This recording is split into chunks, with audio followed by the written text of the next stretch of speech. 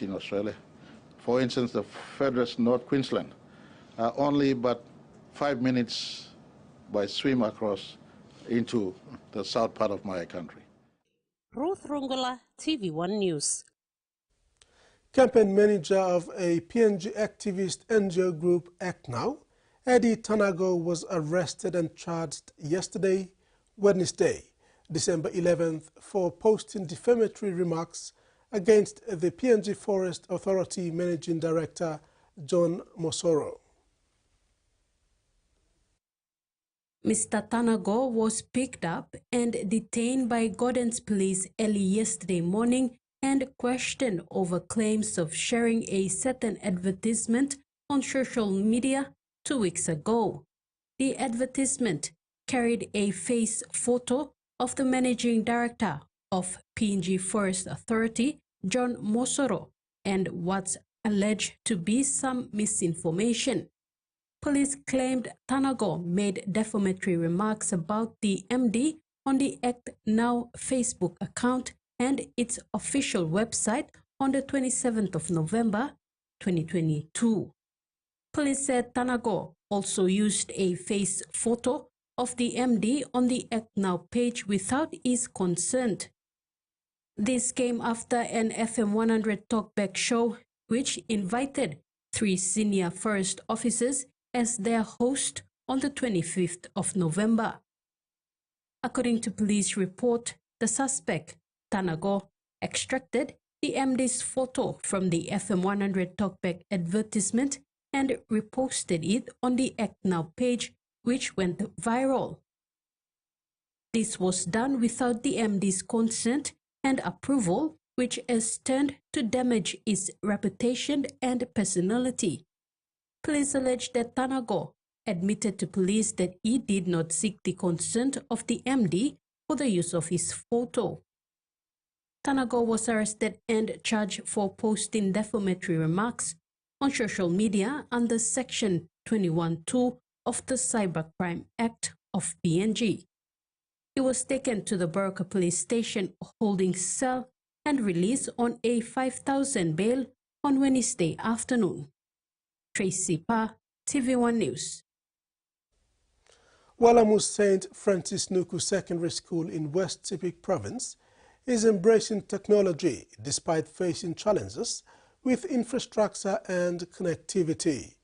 The Straight PNG program has provided much-needed IT resources, but the school still grapples in isolation with limited government support. St. Francis Nuku Secondary School, located in the remote Nuku district of West Sepik Province, is taking steps to embrace technology despite facing immense challenges.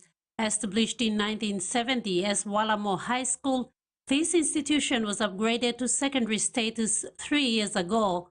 Deputy Principal Peter Londron reflects on the school's history and its ongoing struggles with outdated infrastructure and limited resources. The school serves students from as far as East Sepik.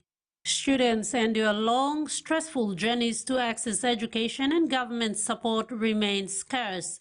Despite these hardships, the school has received a significant boost through the Straight PNG program, which has provided IT resources. For many students, this marks their first encounter with computers, bringing the first touch of technology to them. However, connectivity and power supply remain significant hurdles to fully utilize this technology. Mr. Arwani also shared the school's plans to start basic computer lessons for grades 11 and 12 next year, with the aim to equip students with IT skills to better prepare them for the modern world. While the introduction of technology has sparked hope for the future, Walamo St. Francis Nuku Secondary School is appealing for greater support from the government and stakeholders to address its pressing infrastructure and resource challenges. With determination and collaboration, the school hopes to create better opportunities for its students and the surrounding community. Ruth Rungula, TV1 News.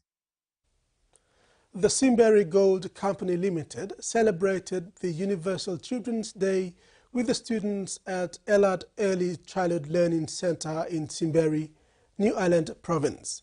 The Elad Early Childhood Learning Center, also known as Sondir Elementary School, which started in 2017, is independently run by a local pastor and his wife. School founder Pastor Stephen Marshall was extremely grateful for the company's support in making this year's Universal Children's Day a highlight with the donation of a new classroom building to the school. The new classroom was launched at the school grounds. In Enga Province, the remote community of Mulitaka has long faced challenges, from limited health care to the impacts of harsh weather and natural hazards. Hope is growing through the general support of the government of Japan in partnership with the International Organization for Migration to provide essential medical equipment and deliver impactful training and awareness programs. The vital medical equipment will benefit Mulitaka Health Center and Pokia Post Healthcare Service in Maib Mulitaka LG in Pogera Ligab District. The collaboration between the government of Japan and IOM PNG and the people of Mulitaka is more than just help. It brings new hope and strength to the community. And now we take a look at finance news. The Kina closed lower at $0.2510 in the interbank market. At Bank South Pacific, our Kina was buying $0.2434 $0.3795 Australian dollars, €0.2245 euro, and 36.78 Japanese yen.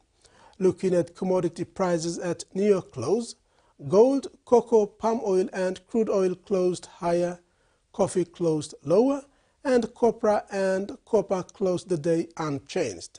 And on the stock market, the Dow Jones closed lower, ASX closed lower, and all ordinaries closed lower. You are watching TVWAN News. Stay tuned, we'll bring you more news abroad after these messages.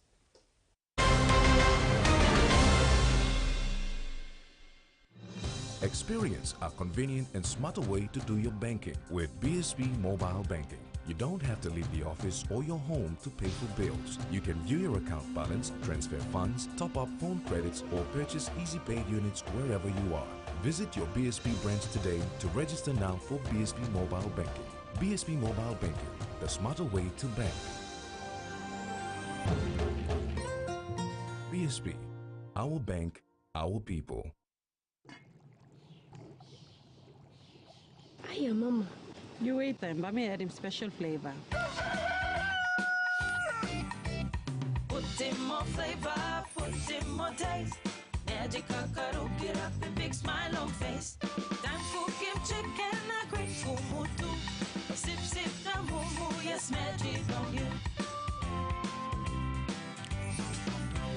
Maggi, the taste PNG loves. Bro, it's awesome, man. Pepsi promotion. I'm so excited. Let's go, let's go. And Pepsi from Max. Pepsi for Max. And how do you win this? 2 plus Pepsi, that's all. 2 cans, bro. 2 plus, that's all. You get yourself a chance to win this box of Max. It's crazy cool. My God. A pair of headphones. It's a towel. How about that? Full of box. Yeah!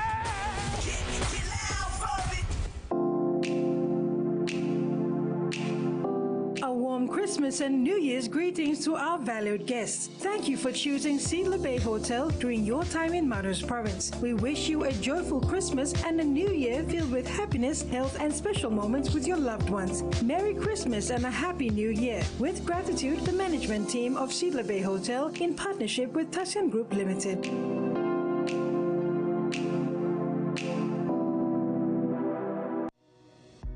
In its first 10 years, the PNG LNG project has had a long-lasting impact, contributing more than 28 billion kina to the state of Papua New Guinea. Equity distributions are paid to KPHL and MRDC based on the interest they hold. Tax is paid to the IRC, while development levy and royalties are paid to DPE. For more information on direct and indirect benefits, visit PNG EITI's website. Meet Abigail and David. They'll be staying with us for a while. I don't like kids, Maggie. I don't want to take care of any kids. We're not running a hotel. Jess. And this is the first Christmas without Mom. No one wants me. Don't you get it? You should plan a Christmas party at your house for them. Can you at least try to be more nice? I am nice. Yeah, but he's like us now. He doesn't have a mom anymore. It's not a foster kid.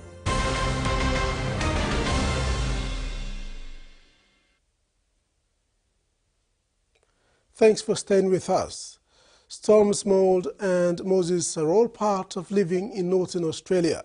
But for our feathers friends, this time of year can be a treacherous time. Chicken lovers are being warned to watch out for warning signs of potentially deadly diseases. For Ingrid and Maggie, keeping this group of cheeky chooks in check can be a challenge. During the top-end wet season, when temperatures peak and the humidity is unrelenting, it's not just humans feeling the heat. We do notice they get hot. Sometimes they just lie around. The Northern Territory's Chief Veterinary Officer, Robert Williams, says seasonal change presents a serious risk. Probably the most common things we see are things like heat stress, our cholera, we see some infectious respiratory diseases. The Department of Agriculture and Fisheries also on high alert for signs of avian influenza or bird flu. In New South Wales and Victoria and the ACT, we had an outbreak recently of H7 bird flu. So far, the NT hasn't experienced that, nor the destructive H5 bird flu virus. Even so, poultry owners are urged to keep a close eye on their chooks. Keeping those birds, your backyard chickens or your pet chickens, away from other birds, wild birds in particular, is essential. Protecting them from mosquitoes and mould also recommended. Keeping birds under shelter, keeping the food dry is very important. If you notice your chickens acting strangely, like struggling to eat or walk, you should contact a vet straight away. Although when it comes to expert advice, Maggie and Ingrid have some helpful tips for keeping their feathered friends happy and healthy. Sometimes when they're having dust baths, we add water so that they're a little cooler. And when they're feeling peckish, prawn shells are a hit, especially at Christmas. But Robert Williams says switching your chook's diet too quickly can ruffle some feathers. Do that slowly because their gastrointestinal system has to take a little bit of time. Laying down some expert advice for a fantastic festive season. The Queensland Parliament has blocked changes to abortion laws for the next 4 years in what's been described as an unprecedented move. Well, this motion has been labelled as a political gag, and it really did come out of left field here at State Parliament yesterday when the Premier, David Crisafulli, announced that there would be a vote on this snap motion. Now, what the motion means is that over this parliamentary term, so the next 4 years, abortion legislation in the state will be protected. It means that no members will be able to amend the Act, nor will they be able to express any of their personal views on the matter, and effectively debate over the issue will also be silenced. It was a topic that dominated so much of Queensland's state election over the October month, particularly in the last few weeks, and the Labor Party was even accused of weaponising the abortion legislation against the Liberal National Party and running a scare campaign. Now, it was initially sparked by the Katter's Australian Party when they announced that they would be looking to introduce repeal bills to the legislation once the state election was over. And at the time, the Premier, David Crisafulli, was heavily questioned by journalists as to what his stance was on the matter. He said that those laws would not be changing under his government, but he didn't specify how exactly that would be happening. So this motion yesterday is being considered as sort of the answer to all those questions. But only one scare campaign was so personal, vitriolic and based in mistruths that it has exposed once and for all why Queenslanders said no said no to a US-style campaign, said no to the scare and innuendo, and said no to a very bad Labor government. Mr. Speaker. Now, as you can hear, there were fiery exchanges yesterday in State Parliament over this motion from both sides of politics, with the state's opposition arguing that this motion would effectively prevent any sort of amendments to women's reproductive rights, which they say is very concerning. No doubt, while the matter might be silenced inside State Parliament, there is still going to be lots of repercussions outside of the Parliament House. Certainly, with lots on the agenda for this week in Queensland Parliament, we are also expecting debate to resume over the government's youth crime laws, which are going to continue later today. Thousands of female workers at two of Australia's largest mining companies are expected to join in a class action lawsuit alleging systematic sexual harassment and discrimination.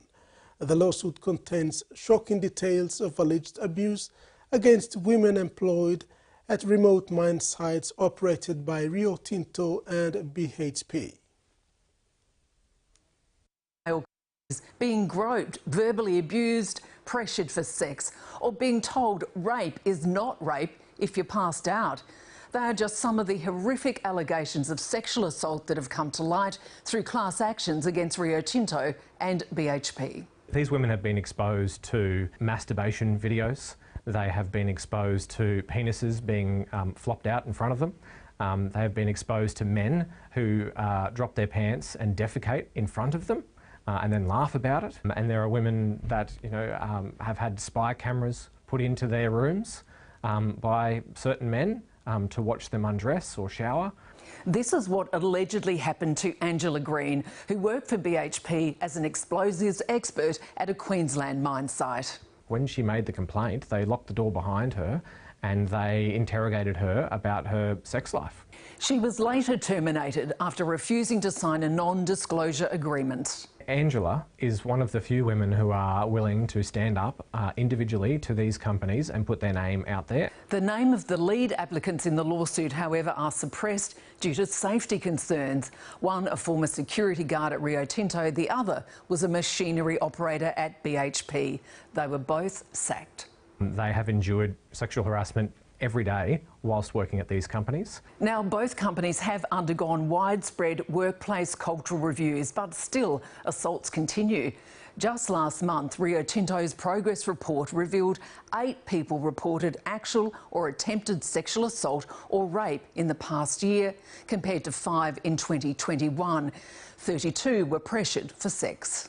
We know that they're talking about the change because we're seeing backlash. While BHP revealed there were 417 reports of sexual harassment in the last financial year. All of those reports are deeply concerning. They are degrading and humiliating. Both companies have apologised and say there is no place for sexual harassment in the workplace. Labor has made an early election pitch to families promising to build or expand 160 early learning centres in the region and outer suburbs. Prime Minister Anthony Albanese has also committed to providing 3 days to a week of subsidised childcare for all, scrapping and controversial activity tests. Gun, but it's never too early to hold a baby. The election pitch, though, is well underway. This is the single biggest investment by an Australian government ever in new childcare services. Labor pledging $1 billion fund to build or expand 160 early education centres. That will bring the opportunity of early education to regions and suburbs that have been forgotten for too long. The fund will aim to build more centres on the sites of existing schools and include maternal and child health facilities. The promises didn't stop there. Under a re-elected Labor government, every family earning up to $530,000 will have access to the childcare subsidy for 3 days a week. Guaranteed. Currently, families earning more than $83,000 a week only start getting a childcare subsidy if they meet the activity test. That's 4 hours of work or study each week. The more days the parent works or studies, the more hours of subsidised childcare they receive. But Labor says it will wind back the activity test from 2026. What the activity test has done is locked out as many as 126,000 children from participating in early childhood education and care. Labor says under the plan, 33,000 families with an income of up to $100,000 will be better off, while it'll benefit another 27,000 families who earn between $100,000 and $300,000 a year. We need more supply. All this is going to do is make it more difficult to access childcare. Childcare will be a key part of Anthony Albanese's plan to be re-elected next year, with more to come on the issue. He wants a universal childcare system and will be hoping the extra money in parents' pockets will make a difference in a cost of living election. And that ends the news segment. Sport is next. Stay tuned. Bro, it's awesome, man. Pepsi promotion. I'm so excited. Let's go, let's go. Pepsi for match. Pepsi for match. And how do you win this? 2 plus Pepsi, that's all. 2 cans, bro. 2 plus, that's all. You get yourself a chance to win. This box of match. It's crazy cool. My God. Pair of headphones. It's a towel. How about that? Cool box. Yeah! In its first 10 years, the PNG LNG project has had a long-lasting impact, contributing more than 28 billion kina to the state of Papua New Guinea. Equity distributions are paid to KPHL and MRDC based on the interest they hold. Tax is paid to the IRC, while development levy and royalties are paid to DPE. For more information on direct and indirect benefits, visit PNG EITI's website.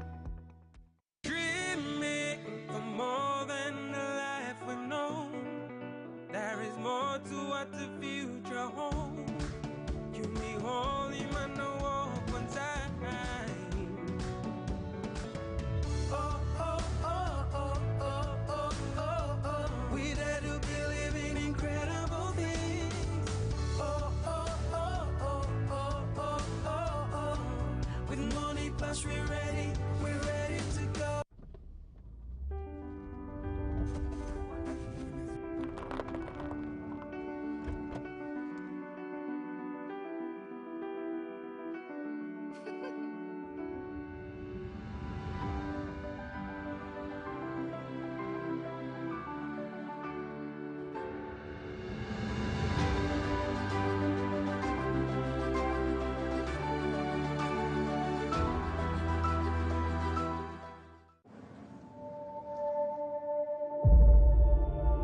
So, you're going broke.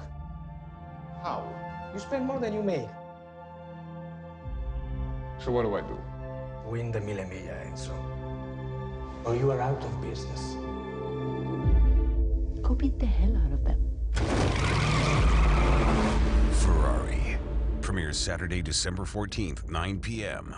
on HBO.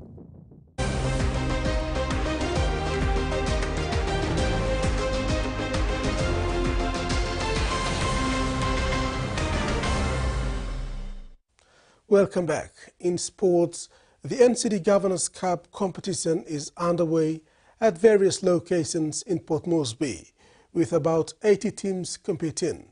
This unique community-based rugby league competition, which has been successfully running for 20 years, has expanded to include soccer as a new category. This edition provides an opportunity for youth in both sporting codes to showcase their skills and talents. The annual Governors' Cup is said to be bigger and better this Christmas festive season, with a sponsorship of over 300,000 kina from NCD Governor's Office. The competition will run throughout the festive season and conclude with finals early in the new year. NCD Governor Paul Sparkup expressed his satisfaction with the positive impact rugby league has had on communities over the years through this initiative. Cricket PNG staff and players have petitioned the board to immediately sack the Chief Executive Officer of Cricket PNG, Richard Dunn, over allegations of malpractice and financial mismanagement. In a gathering at the home of cricket, Amini Park, yesterday, players and staff highlighted instances of alleged malpractice by CEO. Administrators C. Jong and Jack Vare were sacked yesterday morning from their roles with Cricket PNG. The second follows their involvement in petitioning for the resignation of Cricket PNG CEO Richard Dunn. Jong, who is a physiotherapist with Cricket PNG, alleged that John has been unprofessional in his role as the CEO, denying players, administrators and technical staff their benefits through malpractices and financial mismanagement. Jong said this has been ongoing since Dunn assumed office in 2022, stating instances of mismanagement. The sacked physiotherapist further pointed Dunn's failure in paying players their full dues while others missed out completely. Side of malpractice, so we've had two occasions where we missed our payroll. First occasion was all right. Second occasion, two of our accounting staff was sidelined, and they brought in two staff who have no official papers or no documentation. Or some accountant. So Pulimol came in and they did the payment for the payroll that was missed. A majority of us got paid a quarter of our pay without our knowledge and our permission, and the majority of the players did not get paid from that transaction. A little while later on, them also let him the rest, but they breached confidentiality when they brought in two staff who are not certified accountants to set up payroll for CPNG. Jong said his involvement in petitioning Dunn to be terminated from his contract follows audit reports he received. It is further alleged that Dunn has been making payments into unknown bank accounts both in the country and abroad. An aggrieved Jong said this practice is not healthy for cricket and he will not relinquish his position until the administration provide a good explanation on the issue. Meanwhile, the CEO of Cricket PNG refused to comment on the allegations labelled against him, stating that the issue is before the Cricket PNG board for deliberation. Rex Lita, TV1 Sports. Penrith Panthers captain Isaiah has won the 2024 International Rugby League Golden Boot Award. Yeo edged out England and Dolphins Livewire centre Habib Fanwood and Kangaroos centre Tom Trbojevic to the title. Yeo bags first Golden Boot Award for the Australian Kangaroos since 2017. His achievement caps off a remarkable season for Yeo, who has been a mainstay for Panthers in their 5 consecutive grand final appearances, which they won 4.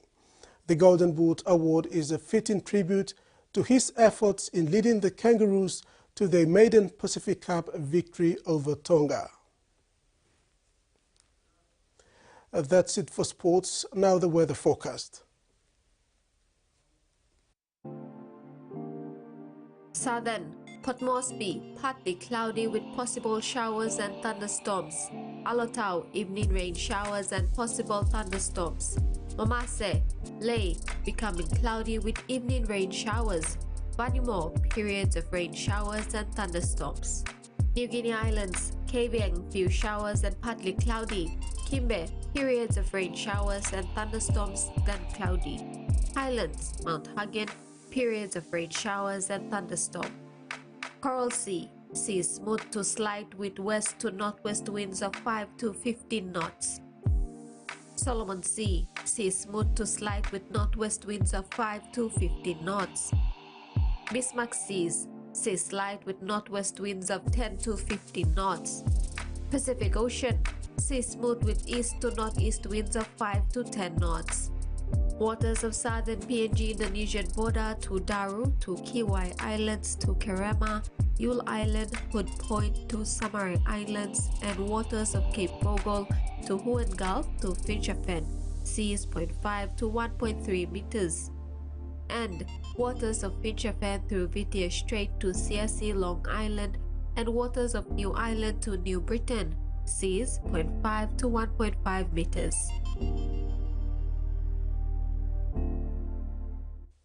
And that wraps up the news tonight. Thanks for watching. Good night.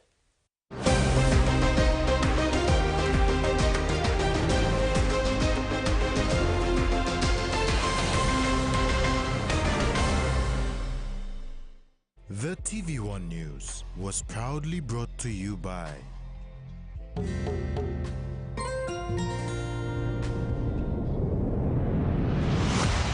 BSP, our bank, our people.